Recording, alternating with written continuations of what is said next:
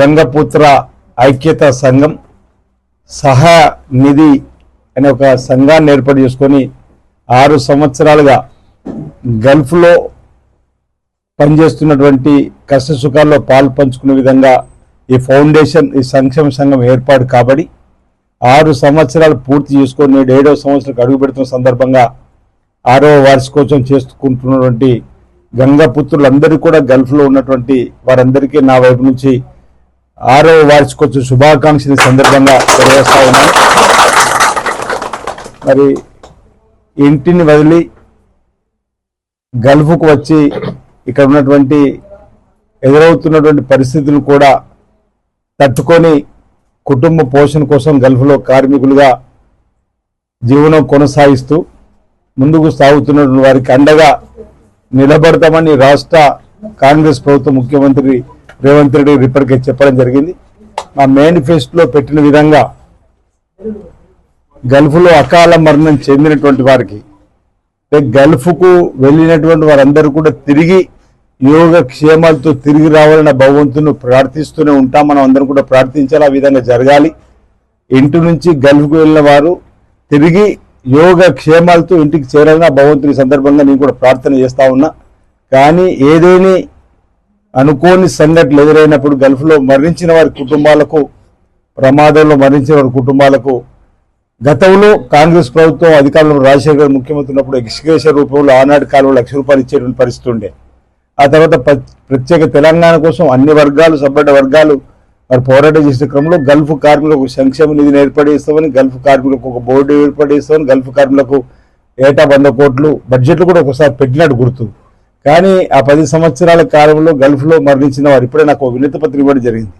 ఆ వినతి పత్రం 2,000 మంది పైచీలకు శంషాబాద్ ఎయిర్పోర్ట్ లెక్కల ప్రకారమే మరణించిన వారి పార్థివ దేహాలు శివపేట రూపంలో వచ్చిన మరి ఒక్కరు కూడా గతంలో ప్రభుత్వం ఎక్స్గ్రేషన్ రూపంలో అనా పైసా కూడా సాయం చేయలేని సందర్భాన్ని కూడా దృష్టిలో పెట్టుకొని గల్ఫ్ కార్మికులకు అండగా నిలబడని కాంగ్రెస్ పార్టీ మరి నిర్ణయం తీసుకున్నటువంటి క్రమంలో నా నియోజకవర్గంలో ప్రభుత్వం ఏర్పడ్డది. నేను శాసనసభ్యుడిగా ఎంపికైన తర్వాత 2 అకాల మరణం చెందిన తెలవని వారి సంబంధించిన వివరాలను గౌరవ ముఖ్యమంత్రి రేవంత్ రెడ్డి గారి దృష్టికి తీసుకువెళ్ళగానే ఒక్కొక్కరికి ₹5,00,000 ఎక్స్గ్రేషన్ ఇవ్వడం జరిగింది. అంటే మరణించిన వారిని తిరిగి తీసుకురాలేము, కానీ వారి కుటుంబానికి చేదోడు వాదోడు ఉండాలని, వారికి ఒక భరోసానివ్వాలని చెప్పని ₹5,00,000 మనం ఇవ్వడం జరిగింది.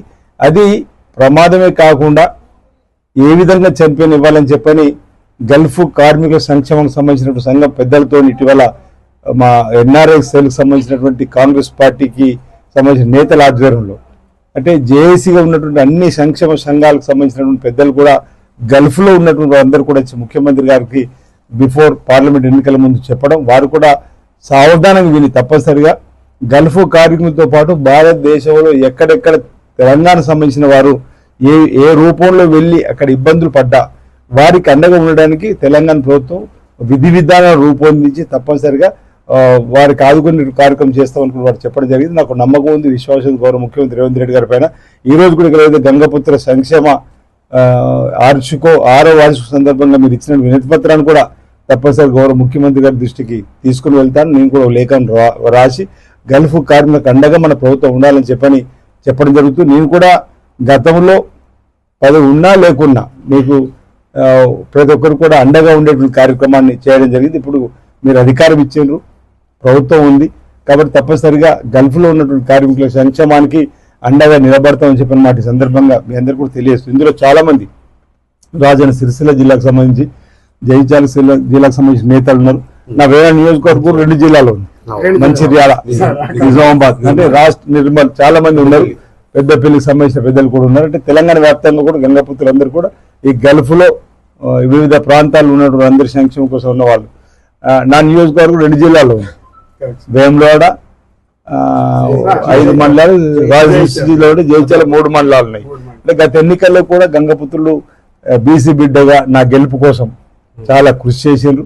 వాళ్ళందరూ కూడా ఈ గడ్డ నుంచి కూడా నేను గల్ఫ్లో ఉండి ప్రతి ఇంటికి ఫోన్ చేసి మన బిడ్డ గెలవాలి, బీసీ బిడ్డ గెలవాలి, సీనియర్ గెలవాలి చెప్పని మీరు ఎవరైతే ఫోన్ చేసినా గెలుపు కార్పొరేట్ మీ అందరికీ కూడా ఇప్పటికే అందరికి చెప్పిన మీకు కూడా నా తరఫున ధన్యవాదాలు కూడా ఈ సందర్భంగా తెలియజేస్తూ, ప్రత్యేకంగా రావడానికి కారణం కూడా అదే. ఈ ప్రాంతం ఉన్నటువంటి గల్ఫ్లో ఎన్నికలప్పుడు నా కోసం తపన పడ్డా, నా కోసం గెలవాలని చెప్పని కోరుకున్నా, నా కోసం ఫోన్ చేసి ఇంటికి మన బిడ్డకు వేయాలని చెప్పినటువంటి వారికి స్వయంగా కలిసి ఒకవేళ నచ్చిన సందర్భం కలవకుండా వారికి ఇక్కడ ఒక మెసేజ్ ఇవ్వాలని చెప్పనే మేము మధ్యలోకి రావడం జరిగింది. అందరికీ ఈ సందర్భం కూడా నిన్నటి రోజు చెప్పినా, ఈ రోజు ఉదయం చెప్పిన, ఈ రోజు కూడా ఈ వేదిక ద్వారా కూడా గల్ఫ్లో ఇంకా ప్రపంచంలో ఎక్కడెక్కడైతే తెలంగాణ వారు నా గెలుపు కోసం కృషి చేసిన వారందరూ కూడా ఈ సందర్భంగా ధన్యవాదాలు తెలియజేస్తూ 6వ వార్షికోత్సవ సందర్భంగా మీకు శుభాకాంక్షలు తెలియజేస్తూ మీ సంఘం విధంగా మరింత సామాజిక సేవలో, సాంఘిక సేవలో గంగపుత్రులకు సంబంధించినటువంటి ఇబ్బంది వచ్చినప్పుడే కాకుండా ఇతరులు, మీ స్నేహితులు, ఇతరులకు ఎవరికి ఏ ఇబ్బంది వచ్చినా వారి ఇబ్బందిలో మీరు ఒకరు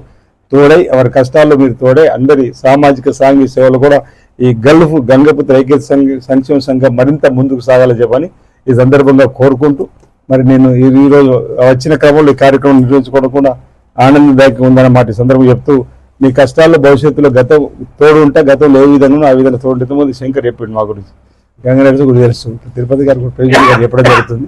అదేవిధంగా మీ గల్ఫ్ సంక్షేమానికి సంబంధించి అవగాహన వేదిక కన్నుకున్నట్టు రవి కానీ, మల్లేష్ కానీ, చాలా మంది పెద్దలు రావడం జరిగింది. వీళ్ళందరూ కూడా కలిసికట్టుగా ఈ ప్రాంతంలో సమస్యల పరిష్కారం కోసం పనిచేస్తారు. దానికి మా వంతు సహకారం కూడా తప్పనిసరిగా ప్రభుత్వం ఉన్నాం కాబట్టి, ప్రభుత్వం మీకు అవకాశం ఇచ్చారు కాబట్టి మా వంతు సహకారం కూడా మీకు అందిస్తామని చెప్పి తెలియజేస్తూ అందరికీ మరోసారి గల్ఫ్ గంగపుత్ర ఐక్యత సంక్షేమ మండలి 6వ వార్షిక సందర్భంగా శుభాకాంక్షలు తెలియజేస్తాను.